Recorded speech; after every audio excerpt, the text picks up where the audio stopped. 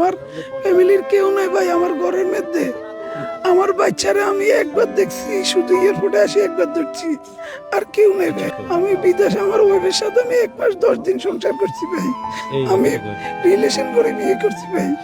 আমার ভিসা হওয়ার পরে যখন চলে যাবো আমি ওরে বিয়ে করছি। বিয়ে করার পরে 1 মাস 10 দিন ছিলাম। আমি যাওয়ার পরে আমার বাচ্চা হয়েছে। আমি 2 বছর 7 মাস পরে আইছি, কিন্তু এখন আমার সবকিছু দুঃখ হয়ে গেছে ভাই।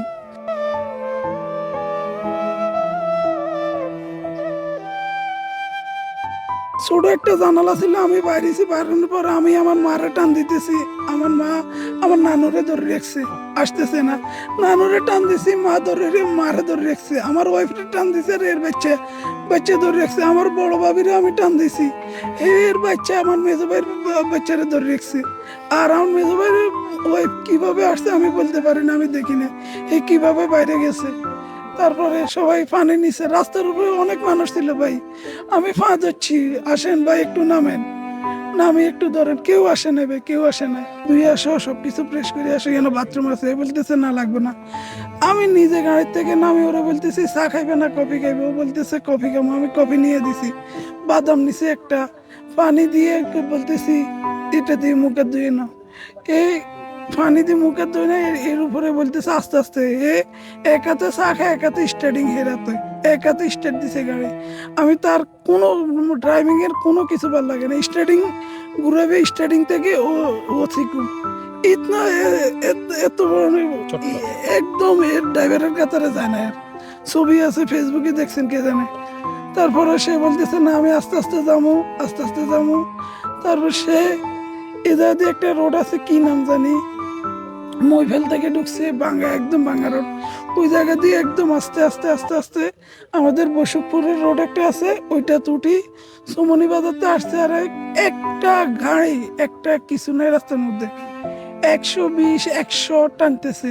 আমি বলতেছি আমরা চলে এসেছি, আস্তে যাও। আমার শ্বশুরও বলতেছে আস্তে যাও, বলতেছে সমস্যা নেই, অল্প করতে লাগবো। সে ওই জায়গা তো ঘুম যাইতেছে। আমার শ্বশুর বলতেছে তুমি বিয়ে করছো না, বিয়ে করলে এক হাতে কথা বলো তোমার ওয়াইফের সাথে, এক হাতে ড্রাইভিং করো, তাহলে আর ঘুমাইতো না। বললে না আমি বিয়ে করি না। তাহলে তোমার মারে ফোন দাও, আমার শ্বশুরে মার সাথে কথা বলো, কয় না, কয় এরা কেউ যাগো না, কয় তাহলে তোর বন্ধু বান্ধব যাগো না, বন্ধু বান্ধবের সাথে কথা বলো, কয় কে লাগবো না, আমি চলে যাবো, আমি চলে যাবো। চন্দ্রগঞ্জ পূর্ব বাজারের প্রথমে চেয়ারম্যানের দরজায় ঘুমে গাড়ি চলতেছে। যখন গাড়ি একটু কাটছে, আমার শ্বশুরের বলা উঠো উঠো উঠো, গাড়ি এদিকে যাইতেছে, ব্রেক করো। সে চোখ মেলি, একটা গাছ ছিল, ও গাছে মারলে আমার একজন মারা যাইতো বা কারো পা ভাঙতো। এই গাছে মারে না, গাড়ি আরো নামাইছে, নামানোর পরে যাইতেছে। একটা ফিলার ছিল, ওই ফিলারও মারে নাই, আরো নামাইছে, নামানোর পরে গাড়ি ডাইরেক্ট সামনে চলে গেছে, মাঝখানে গেছে। গ্লাস ভাঙে আমার মেয়ের দিকে এবং কি আমার ওয়াইফের দিকে, সবার দিকে আসতেছে। আমি এরকম সবাই টেকে নিছি। গাড়ি পানিতে পড়ার পরে 10 মিনিট আমরা এখান থেকে অন্তত 100-200 হাত এদিকে যাইতেছি, 10 মিনিটের নতুন গাড়ি এরকম ভাসতেছে পানির উপরে। আমার শ্বশুর আর আমার বাবা গাড়ি থেকে বাইরে গেছে, এরা সামনে ছিল। বাইরে গিয়ে যাওয়ার পরে এরা বলতেছে তুই গাড়ির লক খুলে দে, এরা বাইরে যাইবো। আমরা দরজা খুলে দিই, আমি ভিতর থেকে বলতেছি লক যদি না ধরে পানির কারণে চাবি দি দে। এরা বাইরে থেকে চাবি খুলে দিব। এ কি করছে, চাবিও দেয় না, লকও খুলে না, ও সাইডের দরজা খুলি, বাইরে যাওয়ার সাথে সাথে ওইখান দিয়ে পানি ঢুকি, সামনে সাইড গাড়ি এরকম হয়ে গেছে। ছোট একটা জানালা ছিল, আমি বাইরেছি, বাইরের পর আমি আমার মারে টান দিতেছি, আমার মা আমার নানুরে ধরে রাখছে, আসতেছে না। নানুরে টান দিছি, মা মারে ধরে রাখছে, আমার ওয়াইফরে টান দিছে, আর এর বাচ্চা ধরে রাখছে। আমার বড় ভাবিরে আমি টান দিছি, এর বাচ্চা আমার মেজো ভাইয়ের বাচ্চারে ধরে রাখছে। আর আমার মেজো ভাইয়ের ওয়াইফ কিভাবে আসছে আমি বলতে পারি না, আমি দেখি না কিভাবে বাইরে গেছে। তারপরে সবাই পানি নিছে, রাস্তার উপরে অনেক মানুষ ছিল ভাই। আমি পা ধরছি, আসেন ভাই একটু নামেন, নামি একটু ধরেন, কেউ আসে না ভাই, কেউ আসে না।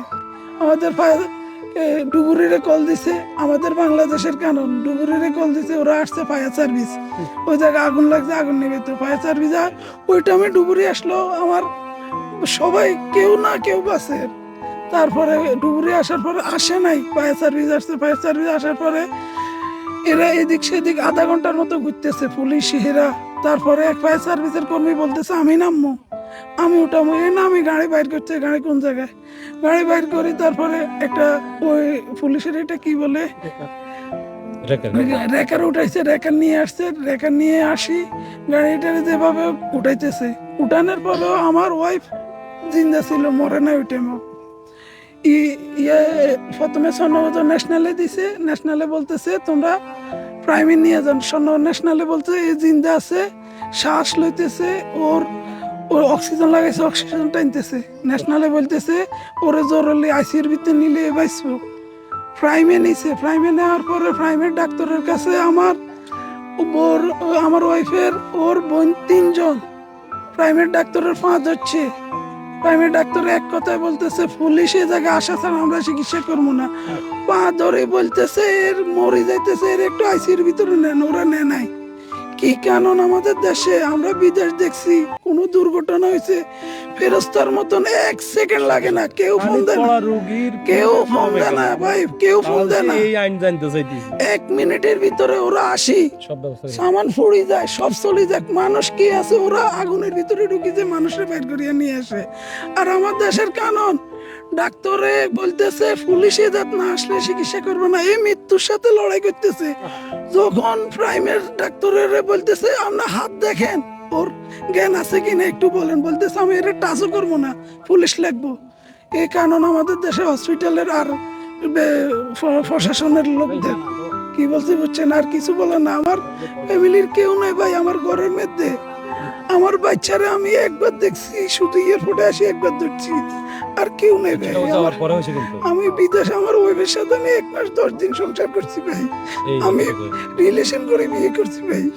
আমার ভিসা হওয়ার পরে যখন চলে যাবো আমি ওরা বিয়ে করছি, বিয়ে করার পরে 1 মাস 10 দিন ছিলাম, আমি যাওয়ার পরে আমার বাচ্চা হয়েছে, আমি 2 বছর 7 মাস পরে আইছি। কিন্তু এখন আমার সবকিছু দুঃখ হয়ে গেছে ভাই, এর সবকিছু। একটা জিনিস খেয়াল করছেন যে পানি গাড়িটা ডুবার ব্যাপারটা খেয়াল করছেন, ড্রাইভার দরজা খোলার পরে বাইরে হওয়ার পরে গাড়ি ঢুকছে, এরা গাড়ি ঢুকে না কিন্তু